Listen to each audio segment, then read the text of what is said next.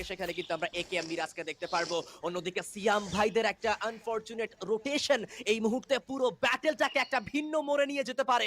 মিফতা 17 উনি একেবারে দুটো টিমের মাঝখানে এসে বসে পড়েছেন। কোনো প্রকার কোনো মুভমেন্ট নেই, কোনো প্রকার কোনো কিছুই কিন্তু এই মুহূর্তে করছেন না। অপোনেন্ট যেন কোনোভাবেই বুঝতেই পারেননি যে মিফতা এখানে এসে বসে রয়েছে।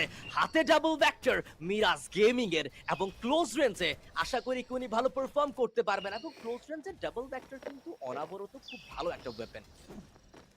হ্যাঁ, এটা তো বলতেই হবে সত্যি। এই ওয়েপেন গেম চেঞ্জিং ওয়েপেন বলা যায়। এই মুহূর্তে কিন্তু আমরা একেএম মিরাজদের কাছ থেকে দেখতে পারবো তুসিন তিনি জানেন কি করে আসলে কোন ফাইটগুলো নিতে হয় এবং সামনে থাকা প্লেয়ারদের মধ্যে রয়েছে হামিম, রয়েছে N888 এবং হামিমকে এখানে কিছু বম্বিং করতে চাবেন কি মনে হচ্ছে তোমার আরডিএইচ?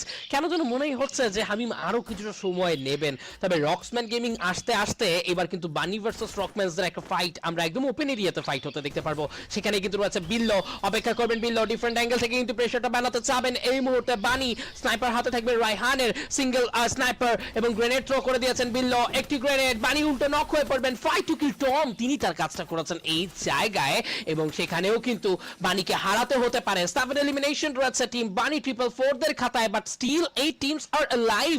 প্লেসমেন্টের রেসে এখনো কিন্তু অনেকগুলো দলের জন্য একদম সংগ্রহের খাতা মোটেও ভালো নেই, তাদেরকে কিন্তু বুঝে খেলতে হবে।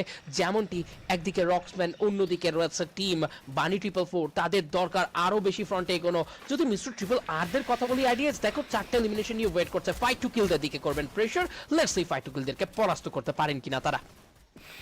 একেবারেই কিন্তু দেখুন বানি 444 তারা যেখানে রয়েছেন যদি সার্কেলটা ঠিক ওই সাইডে যদি মুভ করে, আই মিন একেবারে টপ শিফট নেয়, তাহলে ভালো কিছু হওয়ার সম্ভাবনা ছিল। কিন্তু সার্কেল তো ভিন্ন রূপ দেখিয়েছে, পুরো মাঝখান বরাবর সার্কেলটা সেখানে তৈরি হয়েছে। এইবার কোনো দলই সার্কেলের মধ্যে নেই। আজিম গেমিং একেবারে সার্কেলের পাশাপাশি ফাইট টু কিল তাদের জন্য সিচুয়েশনটা অন্যান্য দলগুলোর তুলনায় একটু ভালো আমি বলবো, কারণ তারা অন্যান্য দলগুলো থেকে একটু দূরত্বতে রয়েছেন এবং তাদের সামনেই সার্কেলটা কিন্তু থাকবেন। এই দিক থেকে সিয়াম ভাই, then roasted gaming, mister triple R and Azim gaming এই চারটি দলকে ফাইট ইনিশিয়েট করে লড়াই করে পরবর্তী সার্কেলে নিজেদের জায়গাটা বানাতে হবে। আদারওয়াইজ এখান থেকে কি করা সম্ভব সেটা আমরা দেখবো। মিস্টার ট্রিপল ইতিমধ্যেই ব্লেড অতি দ্রুত সামনাসামনি ভেতরে এন্ট্রি নিয়েছেন। আজিম গেমিংদের উপরে কি ফার্স্ট অ্যাটাক করবেন নাকি অন্য কোনো দলের উপরে আক্রমণটা করতে চাইবেন? বানি 444 তাদের উপরেই অ্যাটাকটা করা হয়েছে। রোস্টেড গেমিং দি আর এলিমিনেটেড। রক্সম্যান গেমিং তারাও আক্রমণ করেছে বানি 444 দের উপরে। একে একে বানি 444 তাদের প্লেয়ারগুলোকে হারাচ্ছেন, নক হচ্ছে, আবার রিভাইভ করছেন এন্ড সেখান থেকে ফাইট টু কিল তাদের last standing. Exactly, fight to kill থেকে শেষ প্লেয়ার আবারও সাফার করতে দেখতে পারবো, বাট আজিম গেমিং এর প্রেসারটা ম্যানেজ করা, this is total tough for বানি।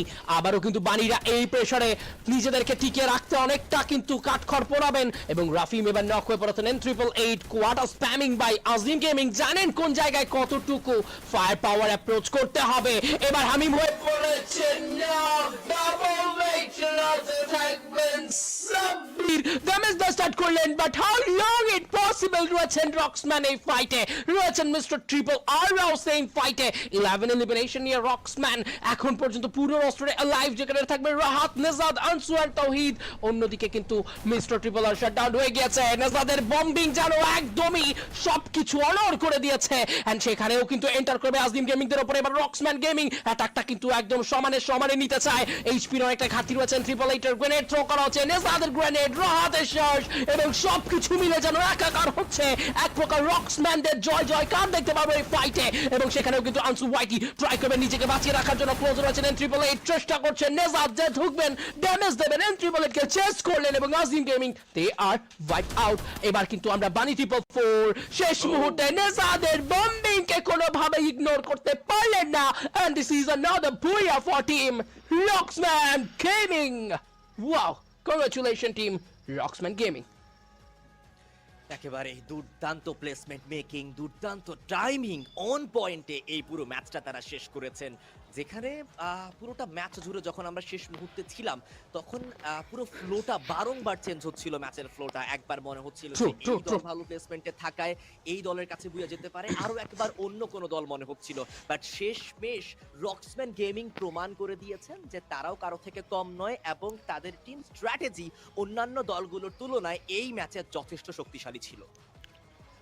এক্স্যাক্টলি বলতে হবে আইডিএইচ সত্যি সহমত বলবো তোমার এই প্রসঙ্গে এবং সেই সাথে আসলে যুক্ত করব দেখো সামটাইম ফিল হচ্ছিল আজিম গেমিং হয়তো এই ম্যাচটার পেস পেয়ে গিয়েছে তারা হয়তো বা এই ম্যাচটা লিডে যেতে যাচ্ছে একটা বুইয়া তাদের জন্য আসতে যাচ্ছে এই ইনফ্লুয়েন্সার রোড টু গ্লোরির প্রথম দিনেই 2026 সালের জন্য এটা একটা স্টেটমেন্ট এবং সেই জায়গাতে আসলে বারবার রূপ বদলেছে বারবার যেন পালা বদল হয়েছে কে নেবে এই বুইয়া সেখানে কিন্তু নাম এসেছিল একবার যদি বলা হয় যে বানি 444 পজিশনিং ওয়াইজ ম্যাচের শেষ মুহূর্তের দিকে বেশ কিছুটা সময় তারাও কিন্তু দখলদারিতে রাখতে পেরেছিলেন তবে যখনই চলে আসে রক্স